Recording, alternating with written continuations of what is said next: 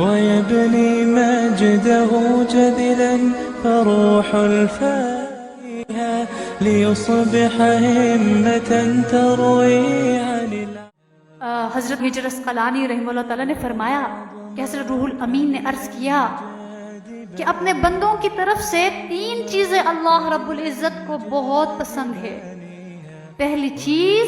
جب کوئی جوان اپنی جوانی اور اپنا شباب اللہ کے راستے میں خرچ کرتا ہے یا کرتی ہے تو وہ بھی اللہ کا محبوب بن جاتا ہے، اللہ کی محبوب بندی بن جاتی ہے، اسے اللہ بہت پیار کرتے ہیں کہ میرے راستے میں یہ بندہ لگا، میرے راستے میں یہ بندی لگی۔ اس لیے وہ مشہور واقعہ ہے کہ ایک صحابی اللہ کے راستے میں، وہ کھجوروں کا خوشہ ہاتھ میں تھا، نبی کریم صلی اللہ علیہ وسلم سے پوچھا، جوان تھا، کہ یا رسول اللہ اگر میں یہاں اللہ کے لیے جہاد کروں مجھے کیا ملے گا؟ فرمایا تجھے جنت ملے گی۔ تو وہ سب کچھ چھوڑ کر اس میں لگ کے اور کافروں کو مارتے چلے گئے، اور کسی نے پوچھا کہاں جا رہے ہو؟ کہنے لگے کہ احد کے دامن میں مجھے جنت کی خوشبو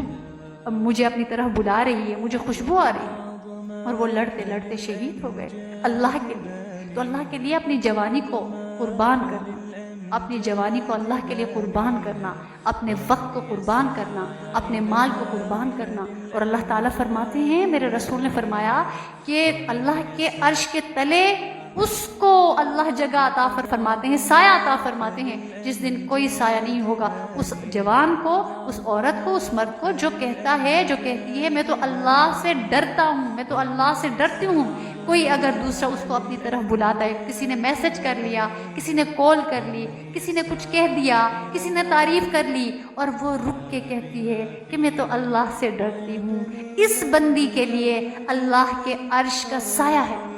کتنی بڑی بات ہے، اتنی چھوٹی سی کوشش پہ اتنی بڑی بات۔ اور فرمایا دوسری بات، تنگ دستی میں صبر کرنے والے بھی اللہ کو بہت پسند ہے۔ اور تیسری بات، والبکاء عند الندامہ، اپنے گناہوں پر شرمندہ ہو کے رونے والا گنہگار بھی اللہ کو بہت پسند ہے۔ پیارے رسول صلی اللہ علیہ وسلم نے فرمایا 2 قطروں پر جہنم کی آگ حرام ہے، ایک شہید کے جسم سے ٹپکنے والا خون کا قطرہ، اور دوسرا گنہگار کی آنکھ سے احساس سے ندامت میں بہنے والا آنسو حرام ہے، اس پر جہنم کی آگ۔ کبھی رو کے تو دکھائیں، ہم رونا نہ آئے، رونے والی شکل بنا کے تو اللہ سے مانگے۔ کتنے پیارے، کتنی پیار، کتنی محبت سے میرے رب فرما رہے ہیں، قال ربکم ادعونی استجب لکم ان الذین یستکبرون